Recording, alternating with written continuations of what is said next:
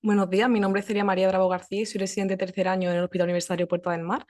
Hoy vamos a hablar acerca de patología tumoral benigna y maligna, pero todo esto orientado a un protocolo de diagnóstico y tratamiento en teledermatología.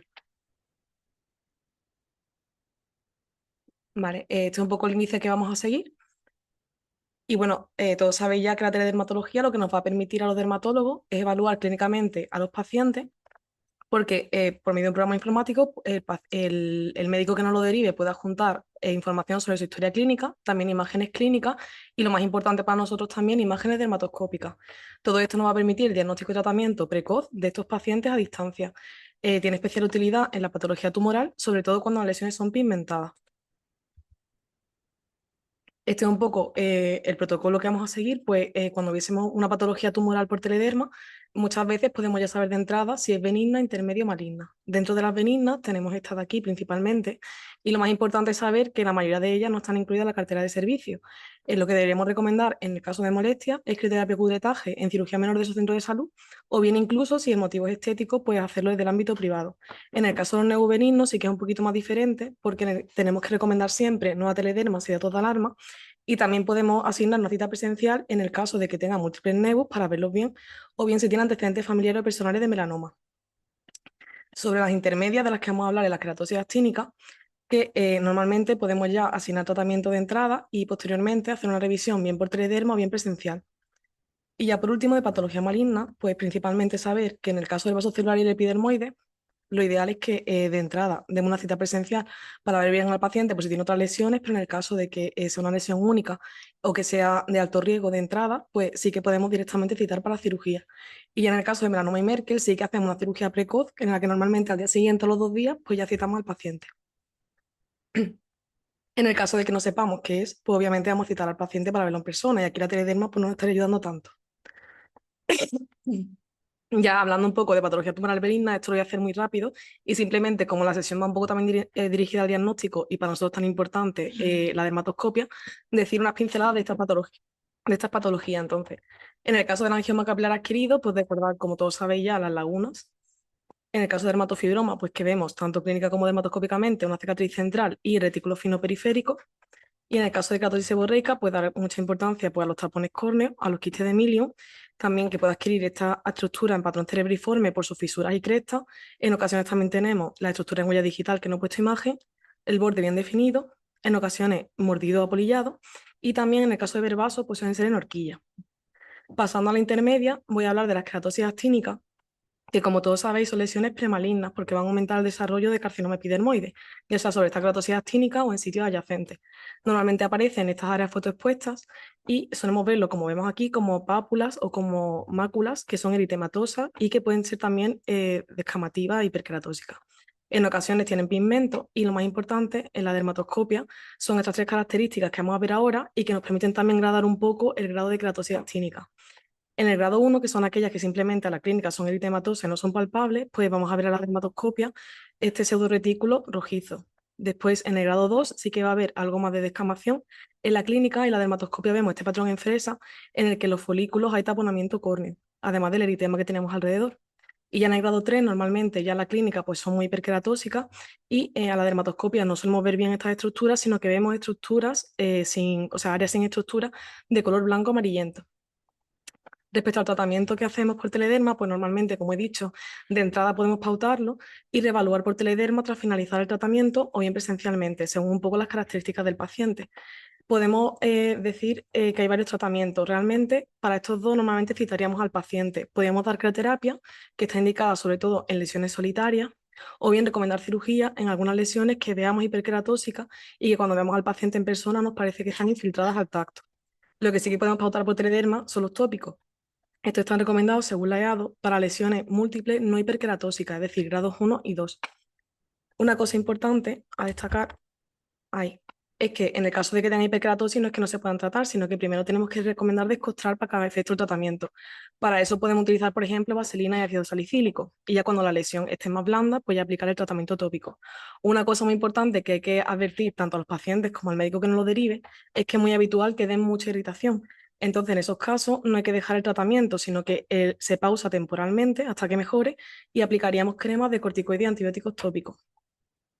Estos son los tratamientos que están aprobados hoy en día y realmente el orden que he puesto es el orden en el que, según la EADO, pues se ha visto con diferentes estudios que son del más a menos potente, en el sentido de que van a hacer más efectos de entrada, van a quitar más las lesiones, también tienen menos porcentaje de recidiva y menos porcentaje de desarrollo de epidermoides. Entonces, estos dos primeros hay que saber que se aplican por la noche y que se lavan por la mañana. La pauta es diferente. En el 5-fluororacilo lo daríamos a diario durante 4 semanas, mientras que en el imiquimod lo daríamos 3 veces por semana. Podemos decir, por ejemplo, lunes, miércoles y viernes durante 4 semanas. Una cosa muy importante es que podemos volver a repetir al terminar el tratamiento, máximo otra vez más, porque no se puede dar más de 8 semanas seguidas. Después, también saber que estos dos, al ser los más potentes, son los que van a dar más irritación.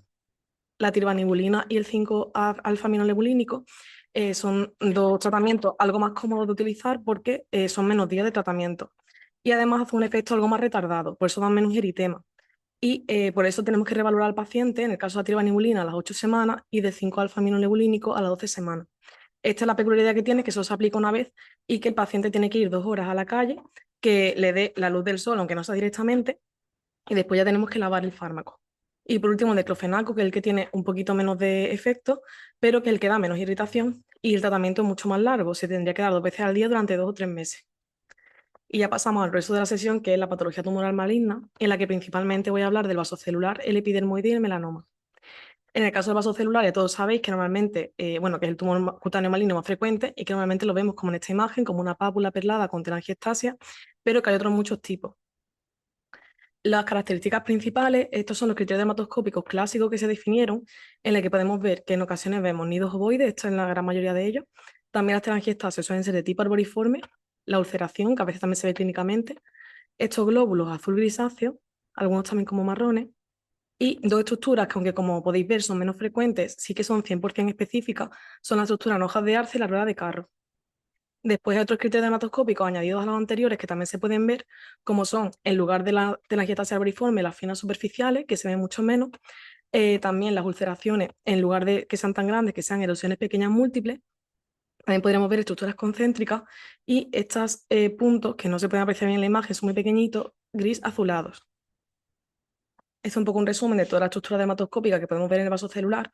¿Y qué hacemos cuando lo vemos por telederma? Pues de entrada daríamos una cita presencial, como digo, en la que deberíamos hacer una exploración corporal total por si presentan otras lesiones y muchas veces ya de entrada podríamos intervenir al paciente o bien, si es un poco más complicado, pues lo incluiríamos en el registro de demanda quirúrgica para operarlo en quirófano.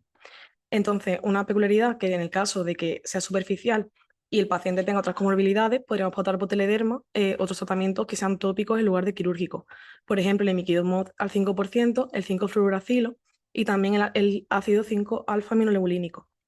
Una cosa importante, el imiquimod no es como con la queratosis actínica. Aquí en lugar de 4 semanas lo damos 6 semanas y en lugar de 3 días en semana lo daríamos 5 veces de lunes a viernes. Y ya en el caso de que el paciente pues, tenga un vaso celular irresecable, podemos optar por inhibidores de Hedgehog. Respecto al seguimiento, pues depende un poco del riesgo que tenga el vaso celular. Cuando es uno solo de alto riesgo, con 3 años y con una exploración semestral anual, sería suficiente, pero ya conforme tenga o que sean múltiples o que tenga otras comorbilidades del paciente, sí que vamos a hacer un seguimiento más largo. ¿Cuáles son los criterios de alto riesgo en el vaso celular? Pues no solo estos criterios que he mencionado aquí, que son genéticos, como por ejemplo el Gorlin, la inmunodepresión, que son áreas de radiodermitis, sino también tenemos que tener en cuenta la localización.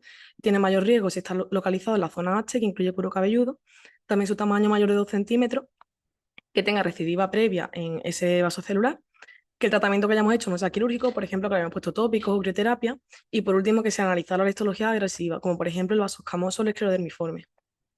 El epidermoide suele aparecer en pieles con daño solar y en ocasiones también en mucosas, como podemos ver aquí en el labio, y puede derivar de una queratosis actínica o aparecer de nuevo. Este sí que va a conferir mayor riesgo de metástasis celular y hay dos formas especiales que voy a mencionar rápidamente, que son el Bowen, que sería un epidermoide in situ, y el adocantoma, que es un invasivo bien diferenciado, pero hay un poco de discusión en la literatura. Respecto al Bowen, como podemos ver aquí clínicamente, suelen ser placas eritemato algo escamosas también, en la que lo más característico de la dermatoscopia es estos vasos puntiformes, que son vasos glomerulares y que no suelen estar en toda la lesión, sino que están asimétricos en parches. Y en ocasiones, pues también podemos ver, también clínicamente, como veis aquí, un poquito de descamación y puede haber glóbulos marrones y áreas pigmentadas marrón grises. Esto lo vamos a ver aquí un poquito mejor, los glóbulos marrones y los vasos glomerulares, que como digo, es lo más típico. Y ya respecto al queratocantoma, que era una forma bien diferenciada, pero que ya sería algo invasiva, podemos ver en el centro esta masa de queratina y en la periferia vemos estos vasos en horquilla irregulares. Es una cosa importante que aunque tenemos al paciente para quitarlo, puede haber involucionado en el momento que lo veamos. Y ya en sí, en el carcinoma epidermoide, además de las estructuras que he dicho, por ejemplo, en el queratocantoma, como son esos vasos en horquilla o la acumulación de queratina, lo más importante es que como es queratinizante, vamos a ver de diferentes formas de la dermatoscopia la queratina, ya sea en forma de perlas o de círculos blancos alrededor de los folículos pilosos, que ahora vamos a verlo en imágenes. Y otra cosa también es que como la vascularización es tan mala, pues a veces vemos ciertas hemorragias. Aquí vemos, por ejemplo, las perlas queratinizantes, que realmente sí que hay un verdadero acúmulo de queratina, y los círculos blancos realmente lo que vamos a ver es alrededor de los folículos pilosos estos acúmulos que no es acúmulo de queratina en sí, sino que lo que ocurre es que aquí, como estáis viendo, está más engrosada el estrato espinoso y una acantosis, y eso hace que se vea más blanco.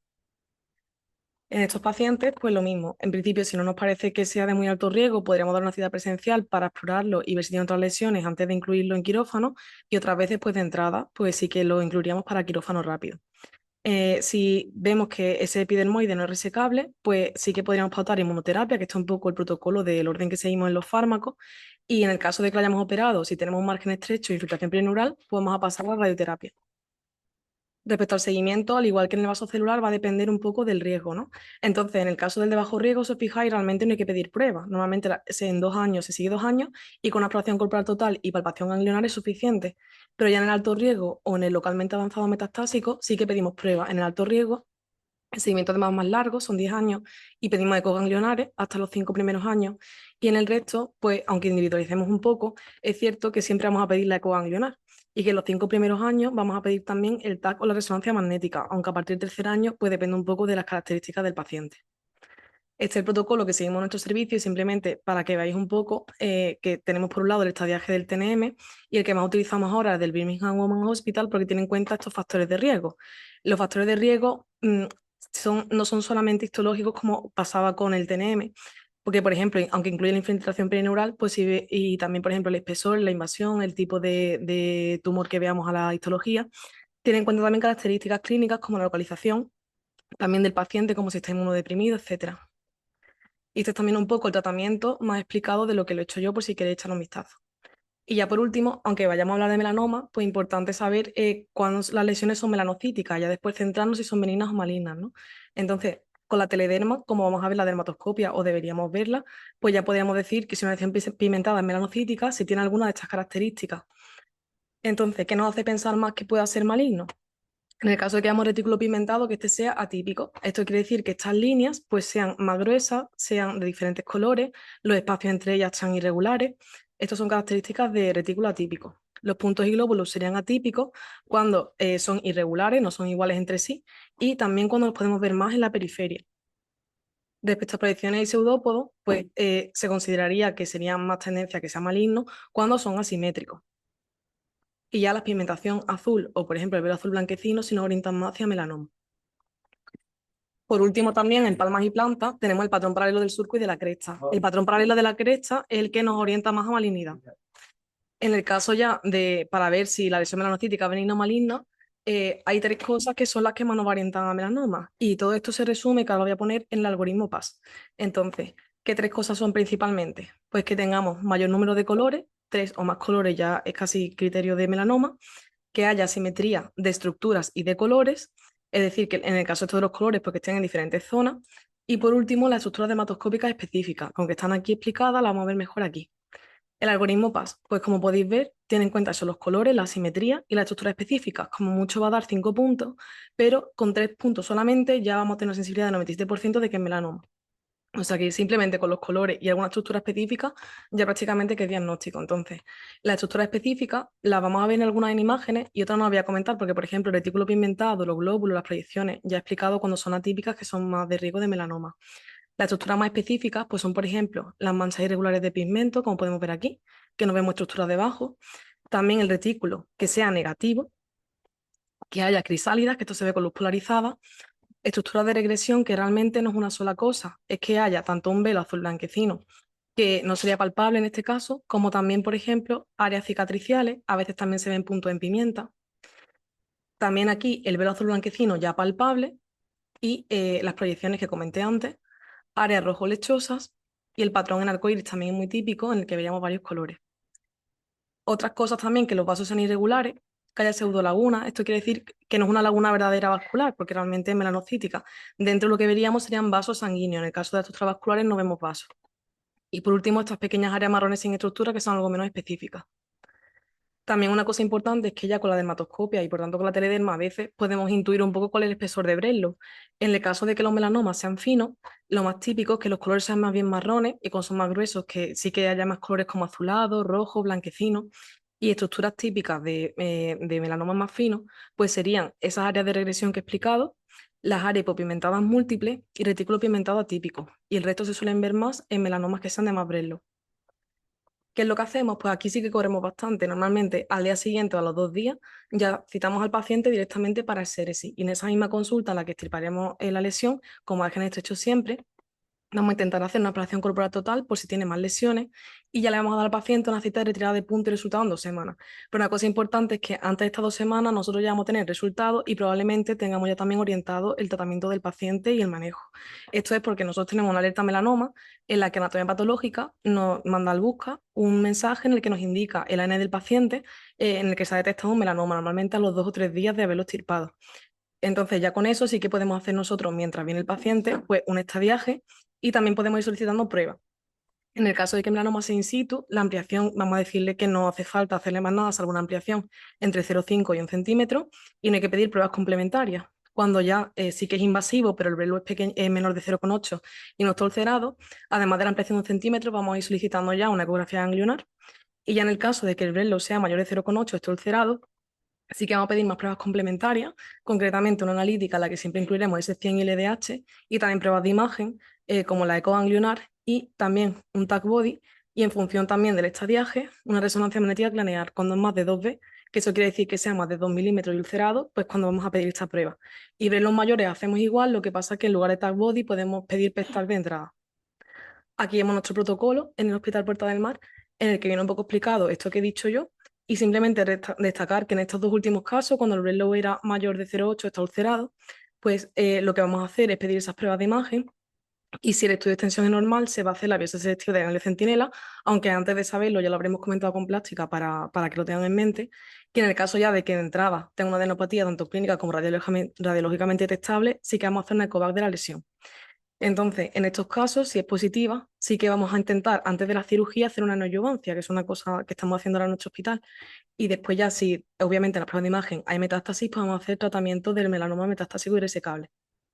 Como modo de conclusiones, pues recordar que la teledermatología nos permite la detección y el tratamiento precoz de lesiones tumorales, que en el caso de las benignas, en principio, pues tenemos que decir que no se incluyen en la cartera de servicios y que se tratan en ámbito privado si son estéticas o si son molestas en cirugía menor de centro de salud, que las queratosis actínicas se pueden tratar con tópico antes de la evaluación presencial y así ir adelantando, que en vasocelular y epidermoide, aunque es preferible de entrada verlo presencialmente, pues si tiene más lesiones, sí que es cierto que podemos irlo incluyendo en quirófano y quitarlo pronto, sobre todo si tienen alguna característica de riesgo. Y por último, que en el melanoma nosotros lo extirpamos unos días después de recibir la teleconsulta y a los pocos días tenemos ya también la alerta melanoma con la anatomía patológica y podemos ir pidiendo las pruebas complementarias y manejando al paciente. Y muchas gracias, eso es todo.